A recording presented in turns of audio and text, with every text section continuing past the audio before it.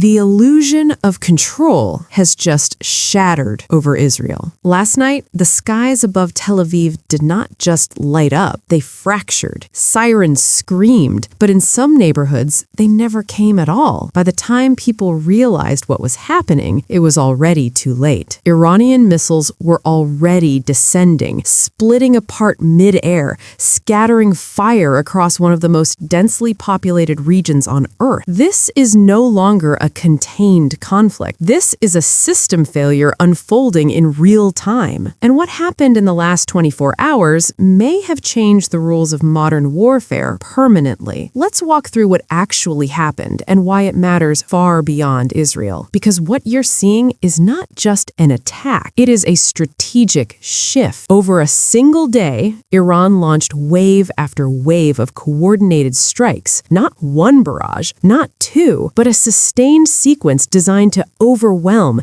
confuse, and exhaust every layer of Israel's defense. Ballistic missiles, kamikaze drones, mixed trajectories, mixed altitudes, a deliberate attempt to break the system, not just penetrate it. Tel Aviv became the primary target, nearly 4 million civilians living under constant alert, and in some cases, no alert at all. Explosions tore through residential areas, apartment buildings ripped open, cars flipped and burned in the streets, shrapnel embedded in walls, sidewalks, vehicles. Silent evidence of a system pushed beyond its limits. Israel's own health authorities confirmed what the visuals already made clear. Dozens injured, entire neighborhoods shaken. But the most important detail isn't the damage you can see, it's the failure you can't. For years, Israel's defense network has been presented as nearly impenetrable. Iron Dome, David Sling, arrow systems, a layered shield designed to intercept threats at every level. And officials continue to repeat one number, over 90% interception success. But that number hides a dangerous reality, because when hundreds of missiles are launched, even a small failure rate becomes catastrophic. Do the math. A handful of missiles getting through is not a statistical anomaly. It is a national emergency. And now, that emergency has evolved. Iran is no longer relying on traditional warheads. Instead, it is deploying cluster munitions, weapons designed not just to hit a target, but to multiply destruction after entry. At high altitude, these warheads break apart, not into fragments, but into dozens of independent explosives, each one falling separately, each one lethal. And this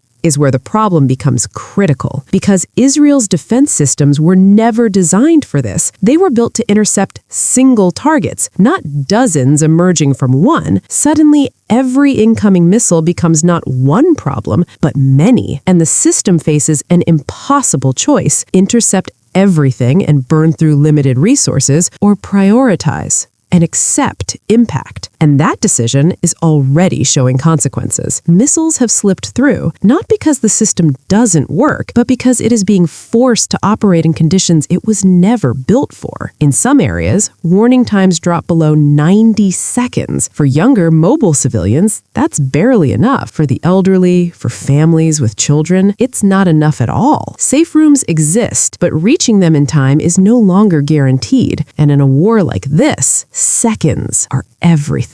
Now step back from the battlefield for a moment, because what's happening is not isolated. This conflict is expanding, quietly but decisively. Intelligence reports indicate a growing external factor: Russia, drone technology, improved systems, enhanced navigation, capabilities that didn't exist at this scale before, now entering the equation. This is not just supply, this is evolution. A battlefield where technology is being tested, refined, and redeployed in real time. And that changes everything, because the longer this continues, the more advanced the threat becomes. But the most serious consequences are not in the skies. They are in the global system. The Strait of Hormuz, one of the most critical energy corridors in the world, is no longer functioning normally. Traffic has collapsed. Ships are stalled, supply chains are disrupted, and the impact is already being felt. Energy prices are rising.